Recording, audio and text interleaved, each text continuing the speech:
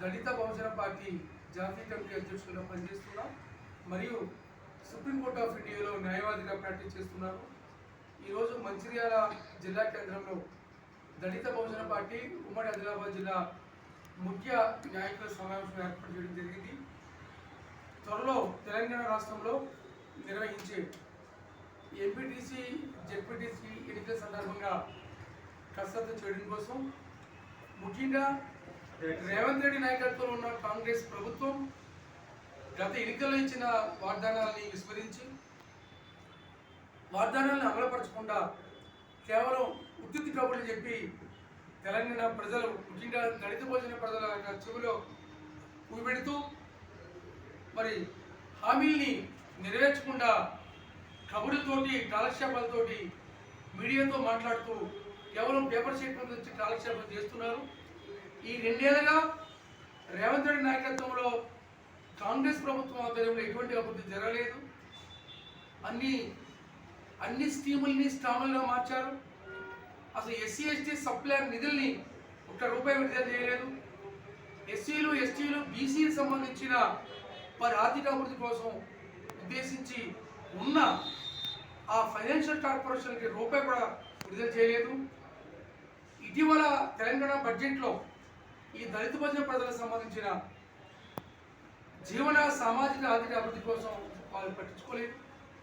భూమి సమస్య పట్టించుకోలేదు, నీటి సమస్య పట్టించుకోలేదు. సింగరేణి ప్రాంతంలో ఉన్న మరి సింగరేణి ప్రాంత అభివృద్ధి కానీ ఇక్కడున్న ఎంప్లాయీస్కి సంబంధించిన వాళ్ళ యొక్క జీతభత్యాల సమస్య కానీ వాళ్ళ యొక్క ఉద్యోగ భద్రతా సమస్య కానీ సింగరేణి ప్రైవేటీకరణ చేయడం యొక్క చర్యలు కానీ సింగరేణి ప్రాంతానికి వస్తున్న కోట్లాది రూపాయలు నిధులు లెక్కలు చూపడంలో కోల్ అథారిటీ ఆఫ్ ఇండియా మరియు తెలంగాణ ప్రభుత్వం 2 కలిపి ఆడుతున్న నాటకాలు కానీ దీని మీద ఎటువంటి ప్రభుత్వం చర్యలు తీసుకోలేదు.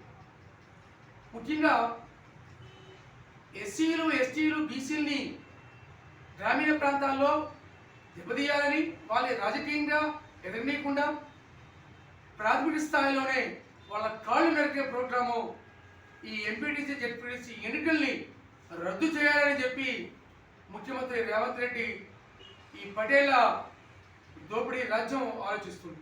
దీన్ని మేము దళిత బహుజన పార్టీగా తీవ్రంగా ఖండిస్తున్నాం.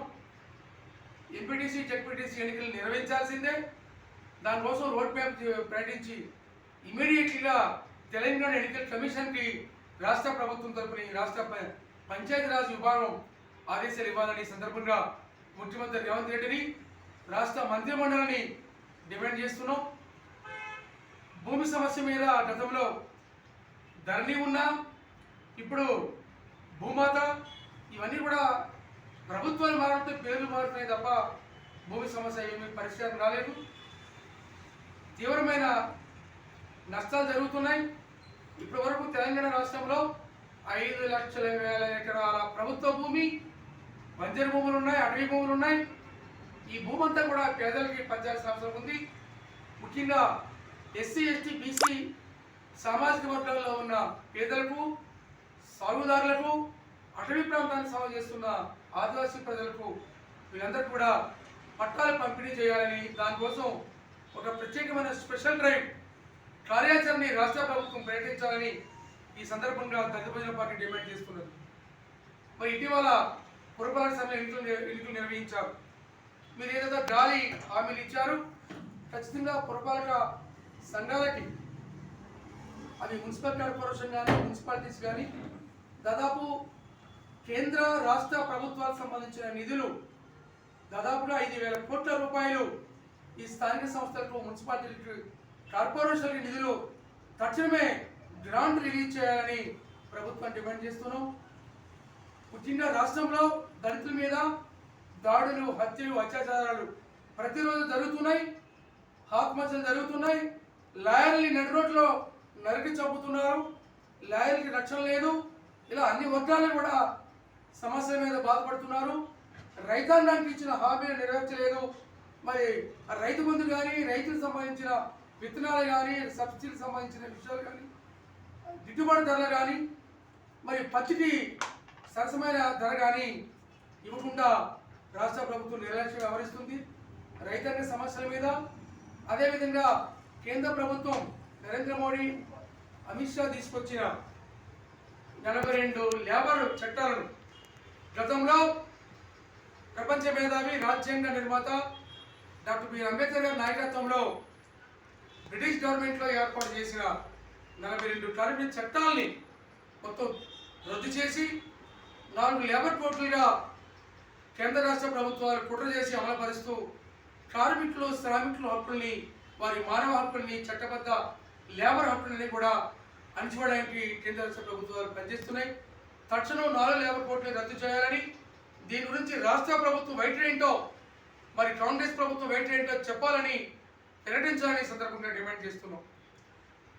రేవంత్ రెడ్డి ప్రభుత్వంలో అన్ని వర్గాల ప్రజలు ఆందోళన పడుతున్నారు, అన్ని వర్గాల ప్రజల సమస్యలతో ఉన్నారు. ఈ 2 నెలల ఏరగా ఎటువంటి సమస్య పరిష్కారం కాలేదు. తీవ్రమైన ప్రజలు మానసికమైన ఆందోళనతో ఏ సమస్య పరిష్కారం కాలేదు. కానీ ప్రభుత్వం ఏమో కేవలం పేపర్లో సొలి కబుర్లు చెప్పి ప్రజల్ని మాయం చేసి ఈ మంత్రుల మధ్య ఏదో సమస్యలు ఉన్నాయని చెప్పి అసలు వీళ్ళు కొట్టుకోవడానికి టైం అంతా సరిపోతుంది.